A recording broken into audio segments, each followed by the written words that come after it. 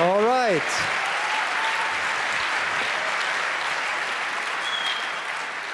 Good evening, everybody. The saal is pretty full, so I guess this is going to be an interesting talk. We are on a tight schedule. Our speaker, Jake Applebaum, is going to be joined by Julian Assange via video stream. I really hope that's going to work. So without further ado, please welcome our speaker and have fun.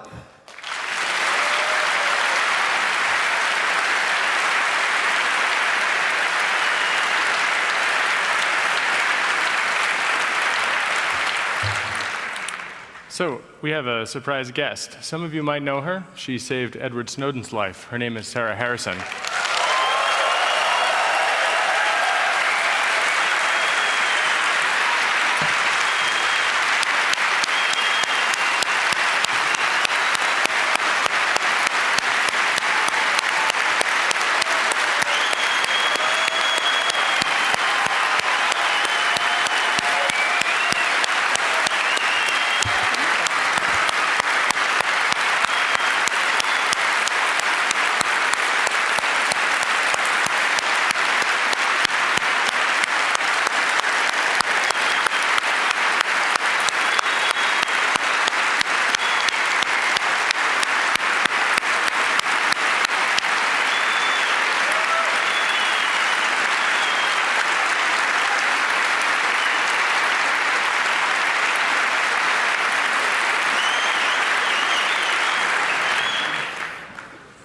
Thank you.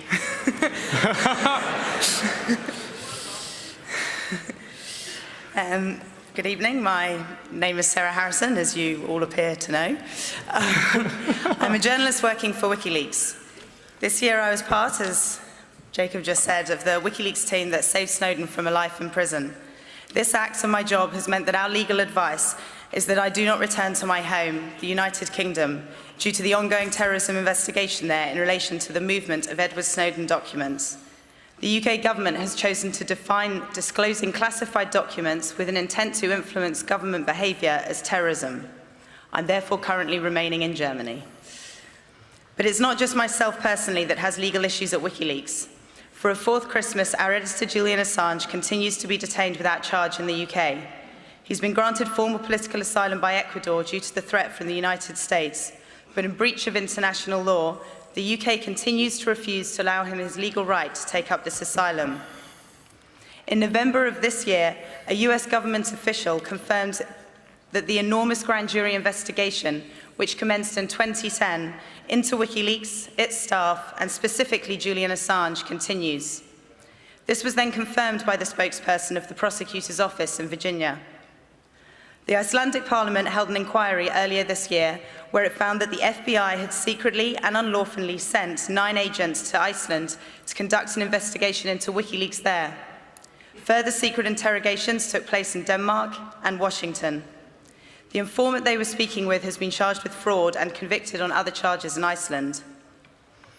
In the Icelandic Supreme Court, we won a substantial victory over the extra-legal US financial blockade that was erected against us in 2010 by Visa, MasterCard, PayPal, and other US financial giants.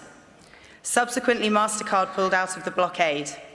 We've since filed a $77 million legal case against Visa for damages.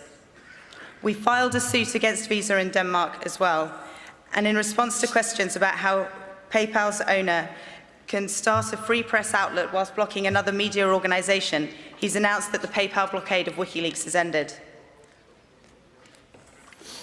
We have, sorry, that wasn't meant to be a pause for a clap, I just needed some water, sorry. We filed criminal cases in Sweden and Germany in relation to the unlawful intelligence activity against us there, including at the CCC in 2009. Together with the Centre for Constitutional Rights, we filed a suit against the US military against the unprecedented secrecy applied to Chelsea Manning's trial. Yet through these attacks, we've continued our publishing work. In April of this year, we launched the Public Library of US Diplomacy, the largest and most comprehensive searchable database of US diplomatic cables in the world. This coincided with our release of 1.7 million US cables from the Kissinger period. We launched our third spy files, 249 documents from 92 global intelligence contractors, exposing their technology, methods, and contracts. We completed releasing the global intelligence files, over 5 million emails from US intelligence firm Stratfor, the revelations from which included documenting their spying on activists around the globe. We published the primary negotiating positions for 14 countries of the Trans-Pacific Partnership, a new international legal regime that would control 40% of the world's GDP. As well as getting Snowden asylum, we set up Mr. Snowden's Defense Fund, part of a broader endeavor, the Journalistic Source Protection Defense Fund, which aims to protect and fund sources in trouble. This will be an important fund for future sources, especially when we look at the US crackdown on whistleblowers like Snowden and alleged WikiLeaks source Chelsea Manning, who was sentenced this year to 35 years in prison, and another alleged WikiLeaks source, Jeremy Hammond, who was sentenced to 10 years in prison this November. These men, Snowden, Manning, and Hammond, are prime examples of a politicized youth who have grown up with a free internet and want to keep it that way. It is this class of people that we are here to discuss this evening, the powers they, and we all have and can have, and the good that we can do with it. I am joined here tonight for this discussion by two men I admire hugely. Hopefully one of them will appear soon.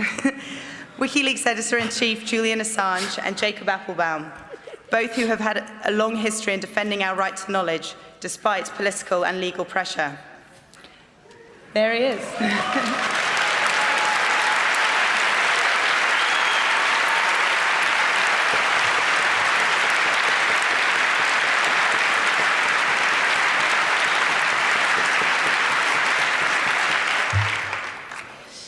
So, Julian, seeing as I haven't seen you for quite a while, what's been happening in this field this year? What's your strategic view about it, this fight for freedom of knowledge? Are we winning or are we losing? Well, I have an 18-page speech on the strategic vision, but I think I've got about 5 minutes, right? So, the most. No, less? Okay. Well, first off, it's very interesting to see the CCC has grown by 30% over last year. And we can see the CCC as a very important type of institution, which does have analogues.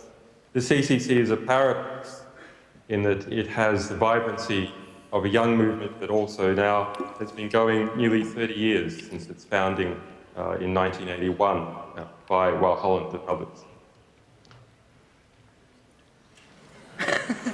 Great point, great point. Blame the NSA? Huh? Blame the NSA? Yeah. So the new blame Canada. Is it here or the embassy that they're spying on the most?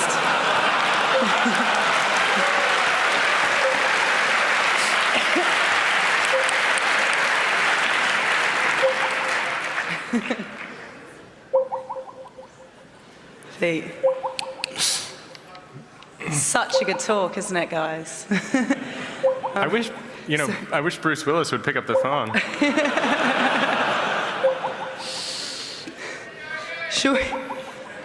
Should we move over while we're waiting to you, Jake? As I was saying, I think that it is quite interesting. It does seem to be a trend that there are these young technical people. We look at Manning, Snowden, Hammond, often sysadmins. Why are they playing such an important role in this fight for freedom of information?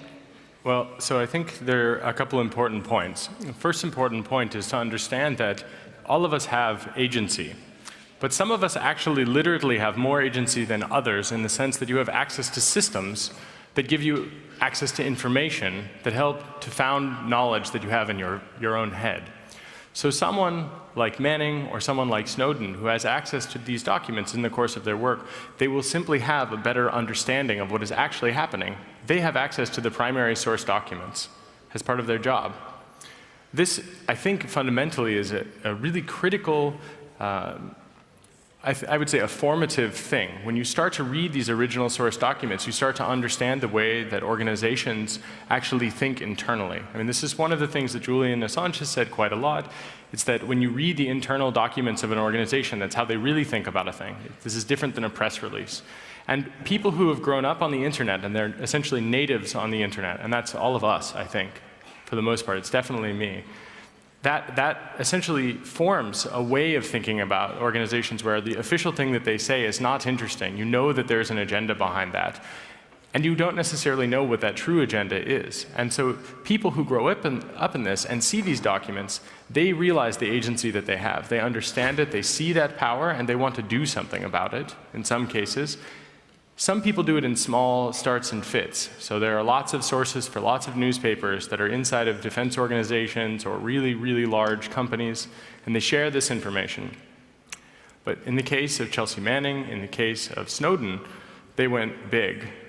And I presume that this is because of the scale of the wrongdoing that they saw, in addition to the amount of agency that was provided by their access and by their understanding of the actual information that they were able to have in their possession.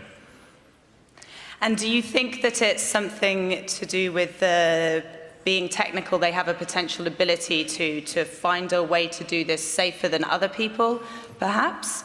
Or? I mean, it's clearly the case that this helps.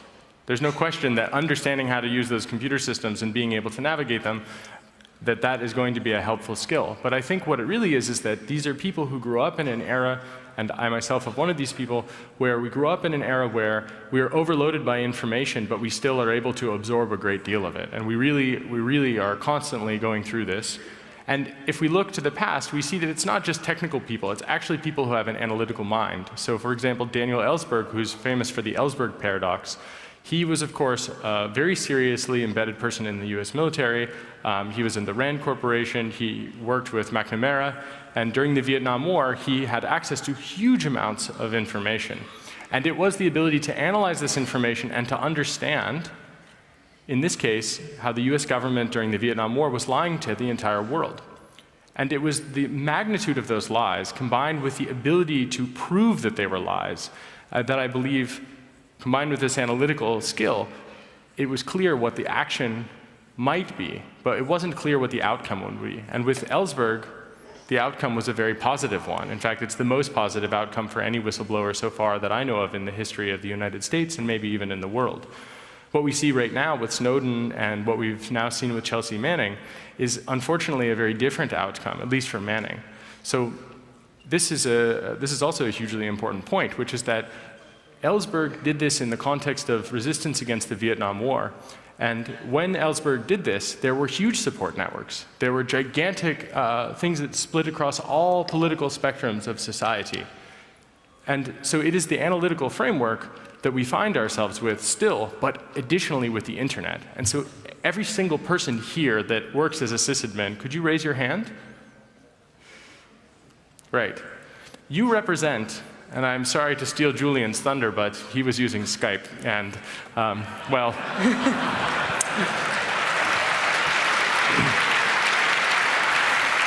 we all know Skype has interception and man-in-the-middle problems, so I'm going to take advantage of that fact. You see, it's not just the NSA. Everyone that raised their hand, you should raise your hand again.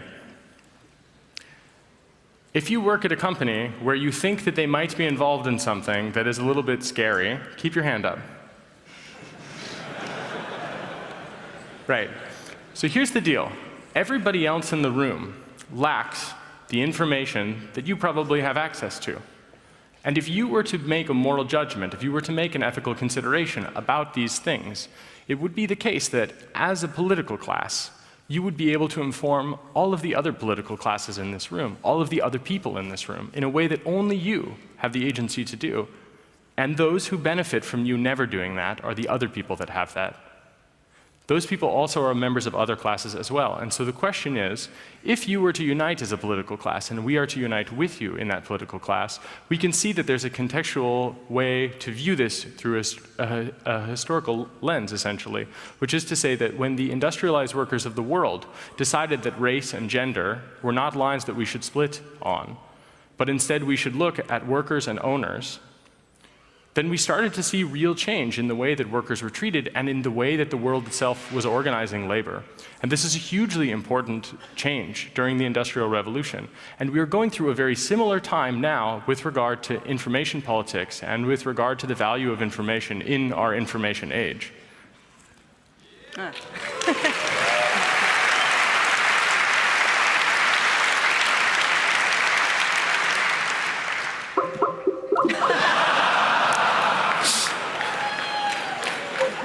Fantastic, Bruce Willis.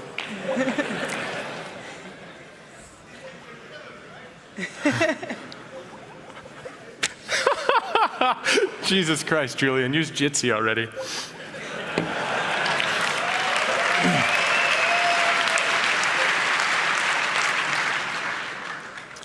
And so we've identified the potential, the people that you're talking about, and you've spoken about how it's good for them to unite.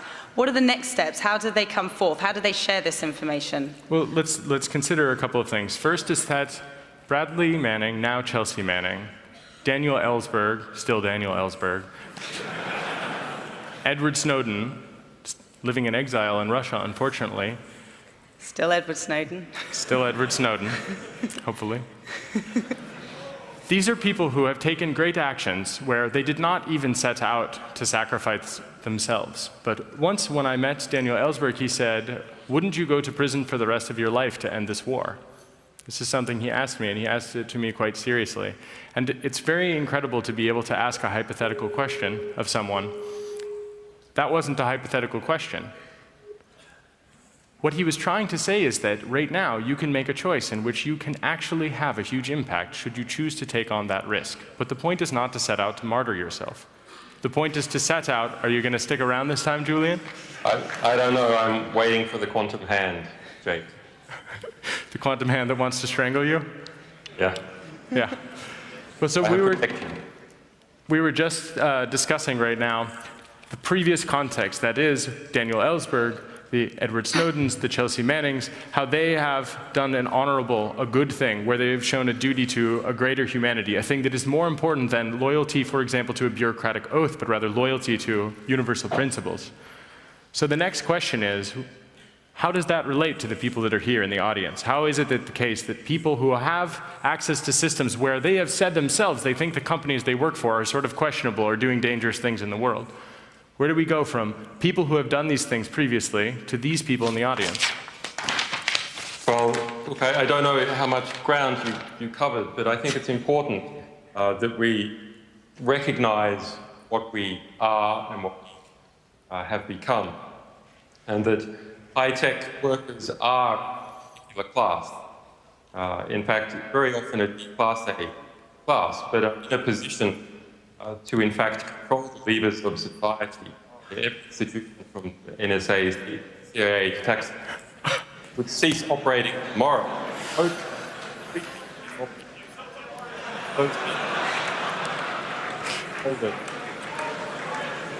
Should we just leave him like that and continue?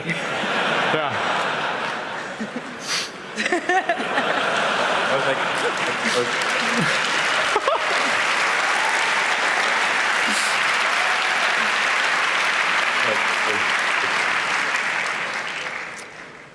Am I back? Yeah. You've got 3 minutes to say something. All right. Make it good.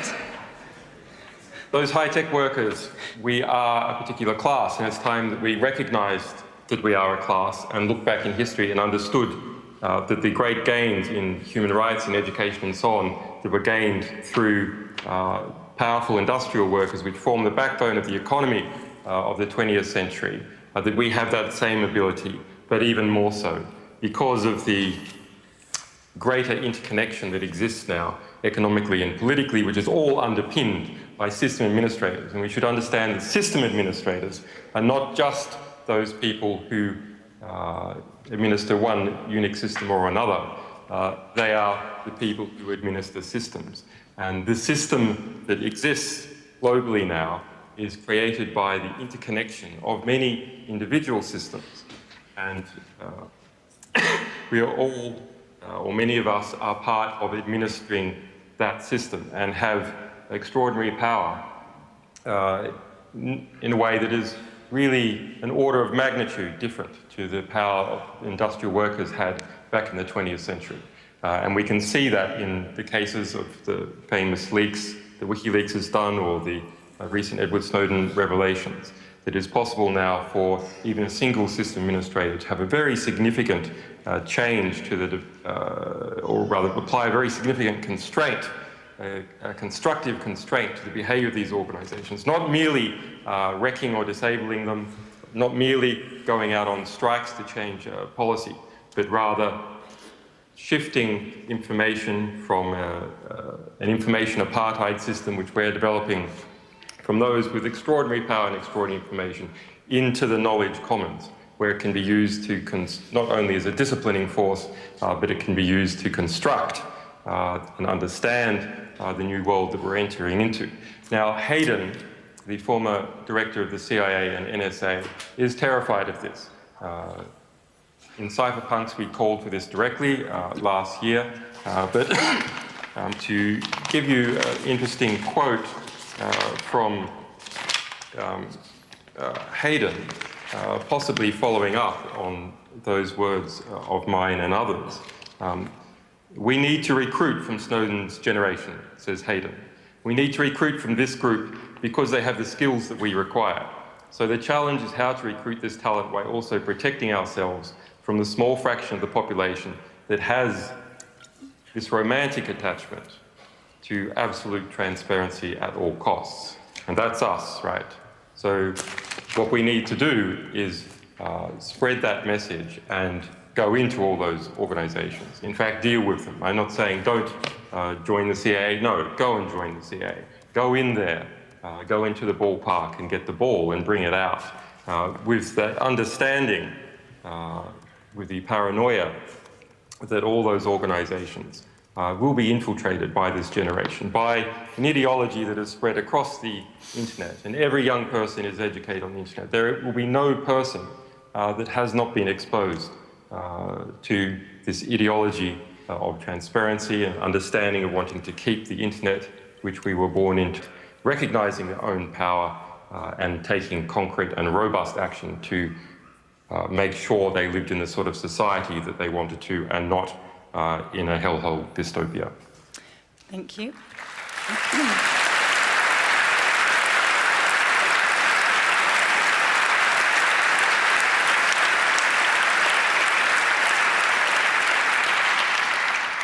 So basically, all those poor people Jake just made identify themselves.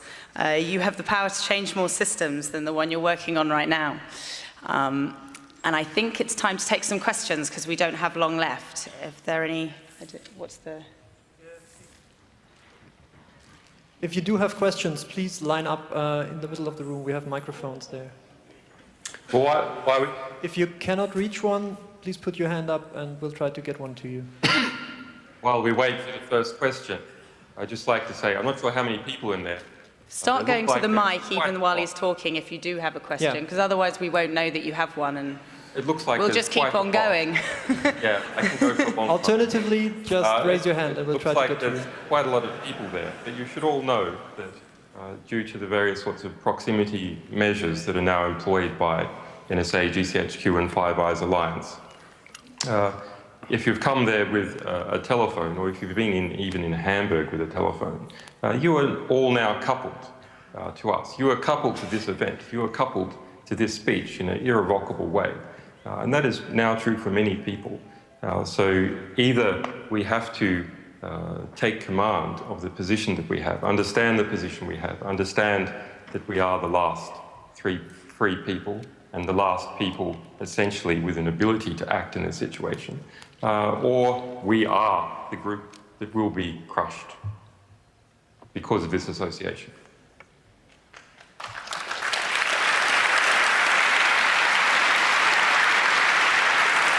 Okay, I think we have a question at the mic 4. So you were talking about the sysadmins here. What about those people who are not sysadmins?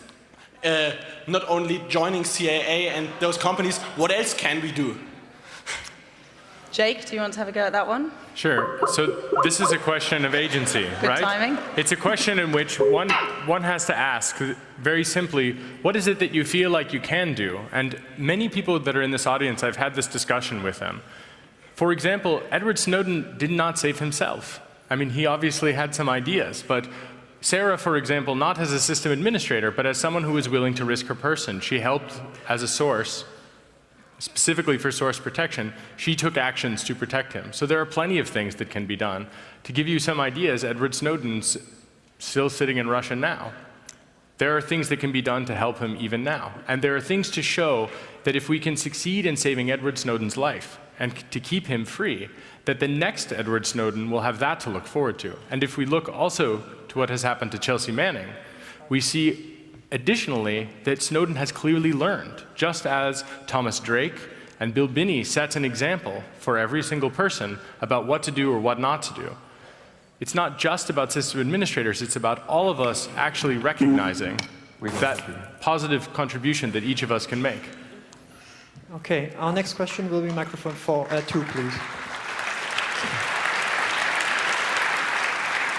Hi, Julian. I'm wondering, do you believe that transparency alone is enough to inject some form of conscience into evil organizations, so quote-unquote evil organizations? And if not, what do you believe the next step after transparency is?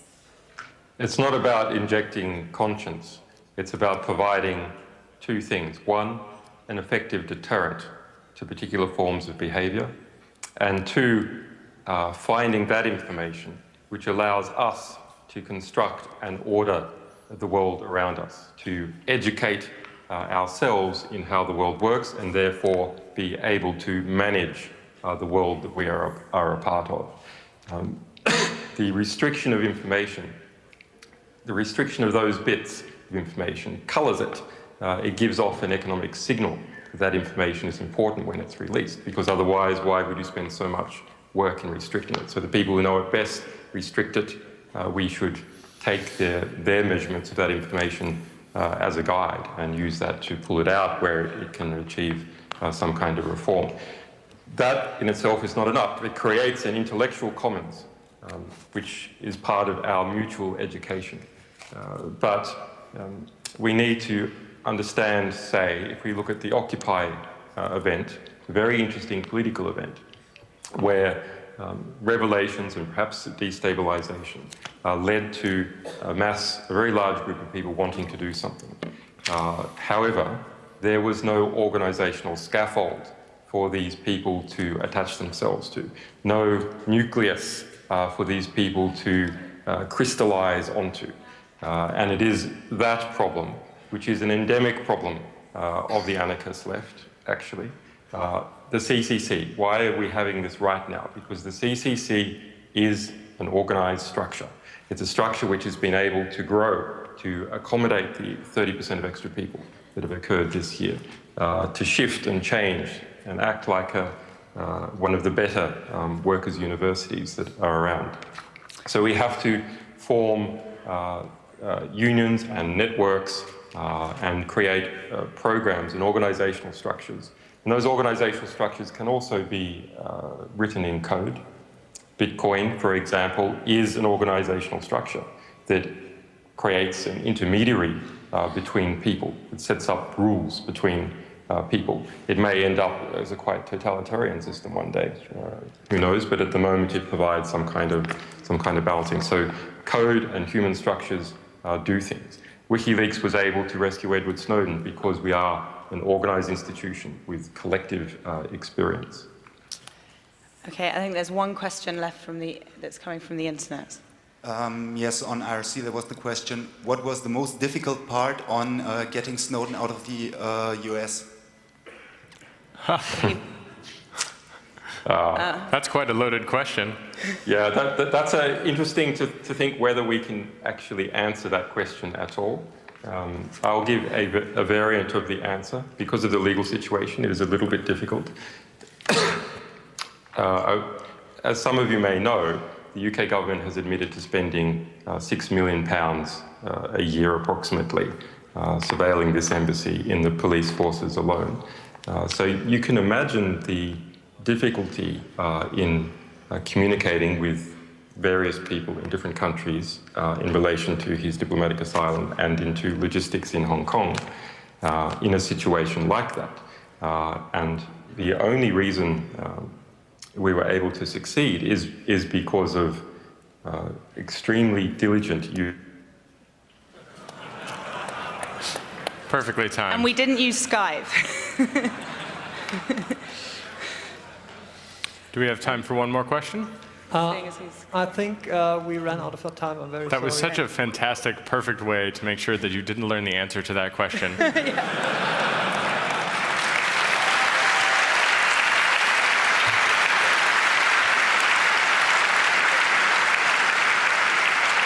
Unfortunately, that is all the time we have for this talk. But I want you all to still thank you. Jake Applebaum, thank you. I'm very sorry.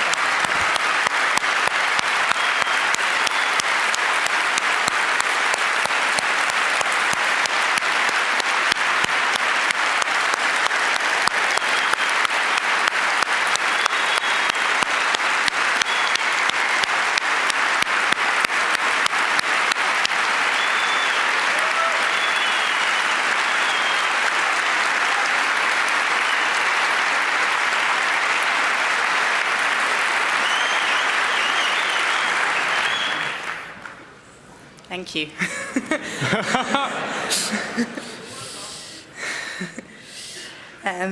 Good evening. My name is Sarah Harrison, as you all appear to know.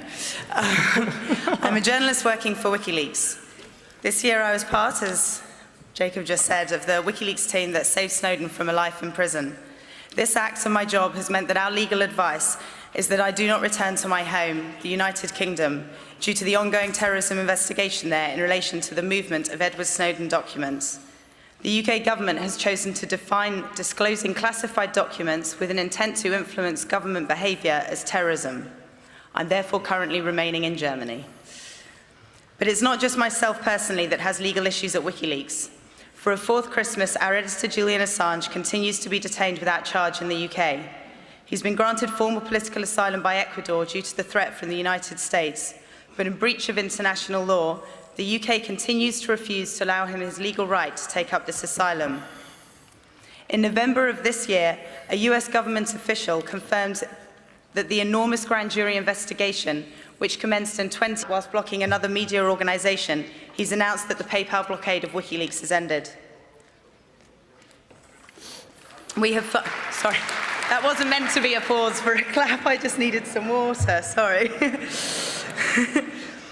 We filed criminal cases in Sweden and Germany in relation to the unlawful intelligence activity against us there, including at the CCC in 2009. Together with the Centre for Constitutional Rights, we filed a suit against the US military against the unprecedented secrecy applied to Chelsea Manning's trial. Yet through these attacks, we have continued our publishing work. In April of this year, we launched the Public Library of US Diplomacy, the largest and most comprehensive searchable database of US diplomatic cables in the world. This coincided with our release of 1.7 million US cables from the Kissinger period.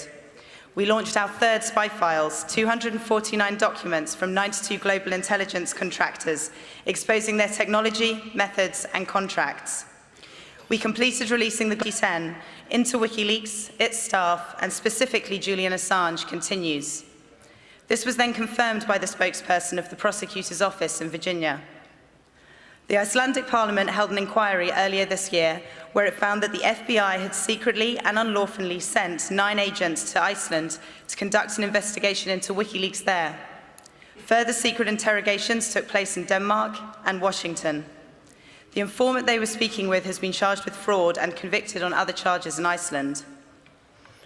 In the Icelandic Supreme Court, we won a substantial victory over the extra-legal US financial blockade that was erected against us in 2010 by Visa, MasterCard, PayPal, and other US financial giants. Subsequently, MasterCard pulled out of the blockade. We've since filed a $77 million legal case against Visa for damages. We filed a suit against Visa in Denmark as well, and in response to questions about how PayPal's owner can start a free press outlet.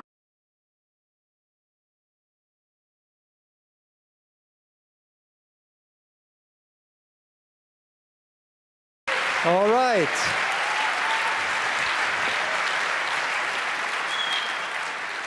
Good evening, everybody. The saal is pretty full, so I guess this is going to be an interesting talk.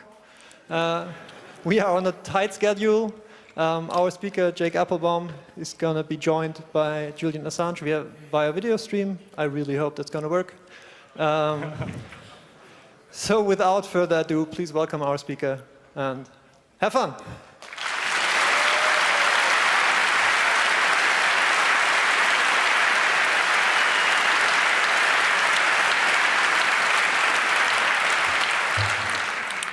So, we have a surprise guest. Some of you might know her. She saved Edward Snowden's life. Her name is Sarah Harrison.